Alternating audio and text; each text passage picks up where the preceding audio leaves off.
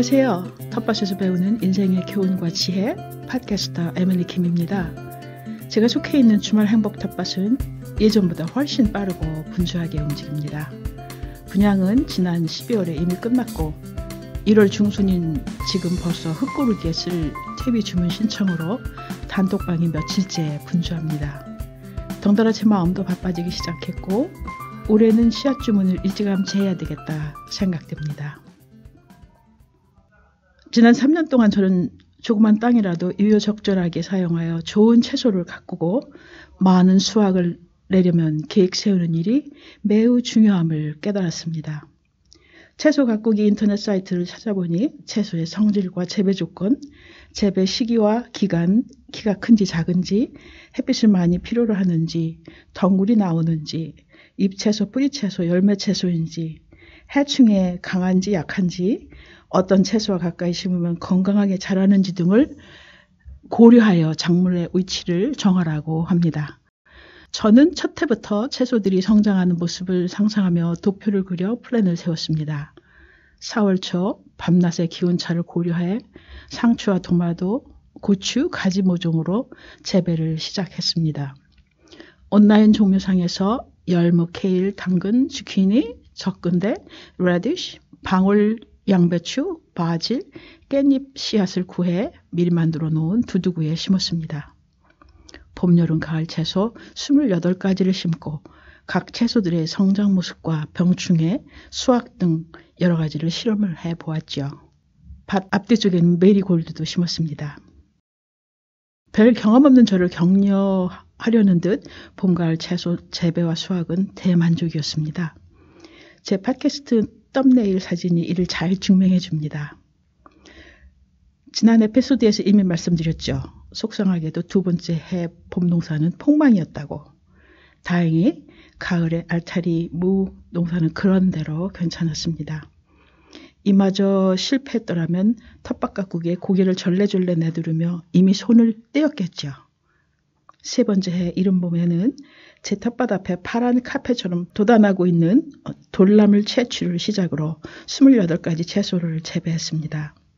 채소와 두둑 사이에는 민트, 한려나, 바질도 심어 해충 예방뿐만 아니라 텃밭의 다양함도 주었습니다.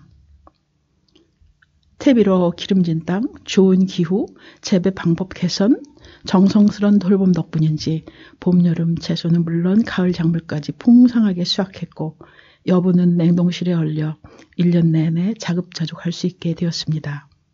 올겨울 제 텃밭 비닐 아래에서는 월동 시금치가 자라고 있습니다. 지난 3년 동안 배운 채소 재배법 중 특이한 것은 서로 도와주는 동반자 관계를 가지는 채소와 허브, 꽃들이 있다는 사실입니다. 미국 인터넷 잡지와 사이트에서 알게 된 것인데 영어로 companion plant, 즉 동반자 식물이라고 부릅니다. 그 기원은 미 대륙 원주민인 인디언들이 오래전부터 작물과 산림 재배 시 화학 비료나 살충제를 사용하지 않고 자연의 섭리에 의존해온 친환경 유기농 재배법으로 선진국과 개발도상국 농부들과 산업화된 농장에서 채소, 과일, 화초 재배와 산림 재배에 이미 사용해 오고 있다 합니다.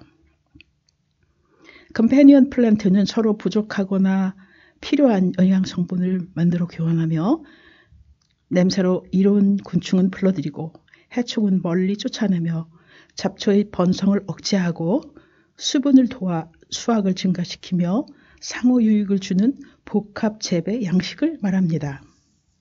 대표적인 예로 토마토와 바질은 서로 컴패니언 플랜트, 동반자 관계로 나란히 심으면 독특한 냄새로 해충 방지와 수확 증가를 도와준다 합니다.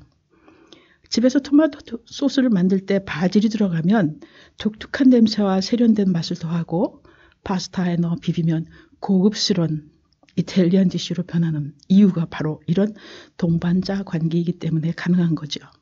껍질콩은 뿌리에 질소를 저장해 비트를 나란히 심으면 잘 자라도록 도움을 준답니다.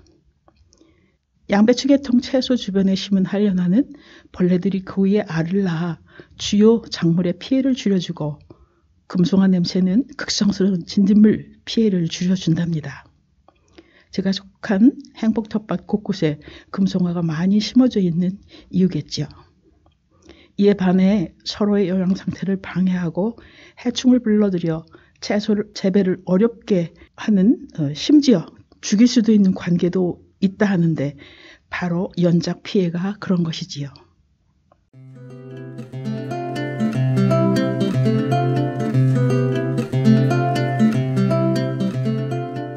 인간을 나타내는 한자인 이는 서로 기대고 의지하고 지탱해준 동반자 관계, 컴패니언십을 보여줍니다. 가족, 친구, 동료, 심지어는 낯선 사람이라도 서로 기대고 의지하고 도와주는 상호 관계 속에서 살아가야 하는 것이 인간이고 그래서 사회적 동물이라고 하죠. 컴패니언 플랜트에 관한 글을 쓰다 보니 지난 주말에 제가 만난 H가 생각났습니다. 미국에서 돌아온 후 구한 저의 첫 일은 한국산업인력공단이 후원하는 K-MOVE 프로그램에서 멘토로 일을 하는 것이었습니다. 해외 진출을 희망하는 재학생이나 졸업한 젊은이들에게 해외 취업에 필요한 준비와 인턴으로 취업에 성공한 멘티들이 해외 현지에서 잘 적응하며 성공적으로 인턴십에 적응해 가도록 돕는 일이었습니다. 멘토링과 코칭으로 도움을 준 50여 명의 젊은이들이 있는데 H는 그중 하나로 지난 10년간 저와 멘토와 멘티 관계를 지속해온 성실하고 진지하며 긍정적인 청년입니다. 그의 인성, 인격 및 삶에 대한 태도, 직업에 대한 진지함, 성실한 노력과 준비하는 마음, 경청, 필요할 때 질문을 하며 도움을 요청할 줄 아는 열린 마음, 꼼꼼히 기록하며 배운 것은 곧바로 실천하는 결단력, 깍듯한 예의 등이 저의 관심을 끌었습니다. 대학 3학년 2학기, 그는 미국으로 1년간 인턴십을 떠났습니다. 근무 중 언어와 미국 문화 차이, 직장과 거주지에서 생기는 어려움과 재미, 심지어는 갈등 문제까지 밤과 낮 시간차에도 불구하고 스카이프로 저와 교감을 나누었습니다. 그의 경험은 제가 직접 미국에서 겪은 경험들과 교체되며 나 자신을 보는 듯 했습니다. 1년 뒤 돌아와 4학년으로 복학을 했고 2학기가 되자 구직 활동에 나섰습니다. 미국 인턴십 경험의 도움으로 베트남에 있는 한국 기업에 주재원으로 파견되었고 다양한 일을 하며 안목과 경험을 넓힌 후 귀국하여 서울에서 새 직장을 구했습니다.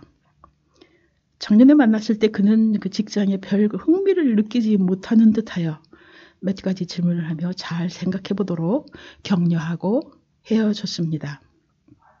지난 토요일 1년 만에 H와 만나 점심을 하였는데 훨씬 안정되고 행복한 표정을 한 그와 밀린 이야기를 나누었습니다. 나의 신나는 텃밭 이야기로 대화가 시작이 되었습니다. 그런데 H는 먼저 직장을 3개월 후 그만두고 저축한 돈 전부를 가지고 5개월간 배낭여행을 했다며 나를 놀라게 했습니다. 유럽 8개국을 단독 여행하며 많은 것을 보고 체험한 후 돌아와 잡은 새 직장이 매우 만족스럽다고 했습니다. 신나게 여행 이야기로 꽃을 피우는 그의 홍주띤 얼굴을 보며 나도 덩달아 들뜨게 되더군요. 흔한 관광지 방문이 아닌 현지인을 만날 수 있는 시장과 광장 등을 찾아다니며 그들이 살아가는 방법을 주의 깊게 보았고 호스텔에 머물며 친구도 많이 사귀었다 했습니다. 여행하는 방법과 장소들, 배우는 방법이 나와 많이 비슷한 면이 있구나 느끼니 그와 함께 여행하는 것처럼 신이 났습니다. 그는 현재 유럽 수출 시장을 개척하는 해외팀의 대리로 근무하고 있습니다. 그런데 멘토님, 모은 돈을 다 써버려 열심히 일하며 다시 저축해야겠어요. 라며 빈털털이 된 것을 좀 아쉬워했습니다. H, 35살의 나이는 돈 걱정할 나이가 아니야. 그 나이에는 집과 직장이 지루하고 싫어지면 홀홀 떠나 여기저기 여행하며 넓고 깊게 세상을 경험하며 전혀 낯선 곳에서 혼자 된 기분도 가져보고 빈털터리도 되어보고 좌절과 실패도 해보고 돌아와 다시 시작해도 좋은 나이야. 홀로 하는 여행은 성숙하고 책임 있는 인간이 되도록 도와주는 좋은 방법이지. 내 생각에 꿈과 뜻이 있는 젊은이는 대학 4년 다니는 것보다 1년 단독 해외여행을 하는 것이 훨씬 많은 것을 배우고 성숙하며 깊이 있는 인간이 되는 지름길이 된다고 믿어. 주의 깊게 들으며 조금은 안심하는 H에게 한 가지 제안을 했습니다. 40살이 되기 전 영어 외에 유럽에서 사용하는 불어, 독일어, 스페인어 중 2 언어를 배우면 어떨까? 실용적이고 비즈니스에 필요한 그 나라 말을 하고 문화와 전통을 이해할 수 있으면 아마 2 날개를 다는 것이 되고 40살쯤 되면 날아다닐 수 있게 될 텐데. 그날 H는 내 가슴에 젊은 생기와 유럽의 혼을 안겨주었고 멘토이자 코치인 저는 그에게 더 큰 세계로 나가기 위해 언어와 문화 이해를 미리 준비하도록 추천해 주었습니다. 25살의 젊은 멘티였던 그가 이제는 나와 컴패니언십을 나누는 성숙한 사연이 되었다는 뿌듯한 생각에 어깨를 두드려주며 헤어졌습니다.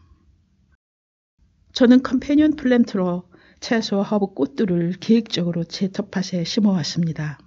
첫 해와 2번째 해에는 바질, 금자나 민트를 심었고 3번째 해에는 빨강, 노랑, 주황 색깔의 꽃을 피우는 한려나를 추가했습니다.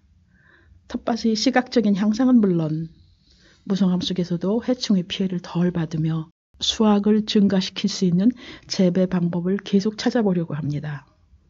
올해는 무엇을 더 심어야 할지 재배 작물 플랜이 결정되면 알게 되겠죠.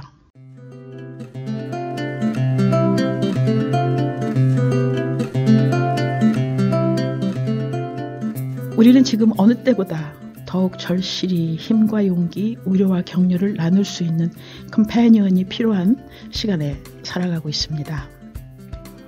제 팟캐스트를 통해 새로운 컴패니언십을 나누며 함께 생생할 수 있는 좋은 인연과 관계들이 많이 생기길 기대해 봅니다. 불확실한 매일을 살아가며 무엇보다 우리에게 필요한 것은 서로에게 힘과 용기, 위로 격려를 상호간 나눌 수 있는 컴패니언십, 동반자 관계임을 기억해야 하겠습니다. Thank you for your listening. Let's be good companions to each other. 에밀 킴이었습니다. 감사합니다.